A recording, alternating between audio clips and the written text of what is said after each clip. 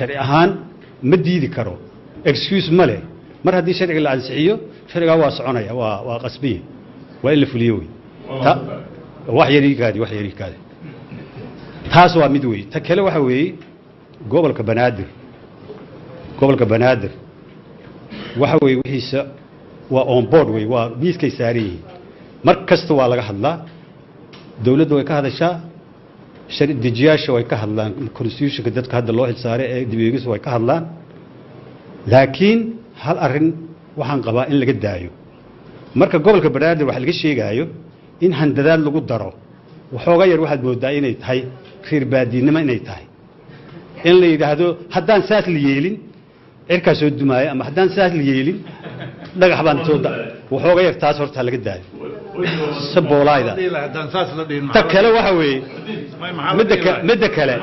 hay darbaaxin maxaa la dhihi lahay iska dhiib makaroonka Soomaaliya gobolka banaadir ma adiga uma la hadlaysid canshuurtiisa ana hay darbaaxin horta raalli haw wax damba ka jeegto gobolka banaadir wax damba ka jeegto waa ku darbaaxa ma oo kiyala kugu jiro bal waaya fariiso waay dadka turuufada ku cunaa ku jirta bal fariiso waraa anaka waa idin fiirsay aamiya bal fariiso adiga fariiso baan iska dhiib makaroonka Soomaaliya gobolka banaadir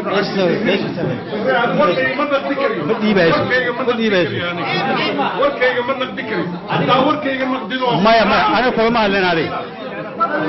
kulama hadleen adiga joojida warkayga waa kulama warkayga hadaa naqdido hadaa warkayga caadi ma aha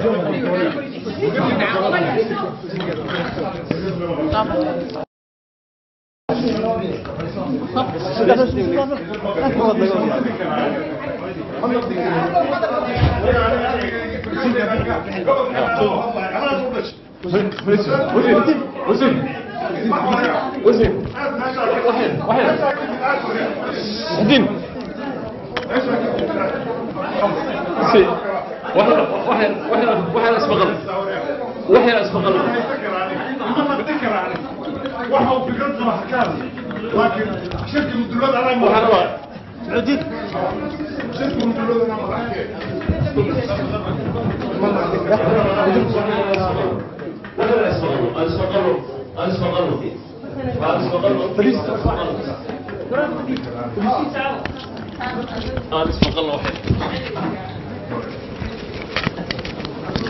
waxay raas maqalno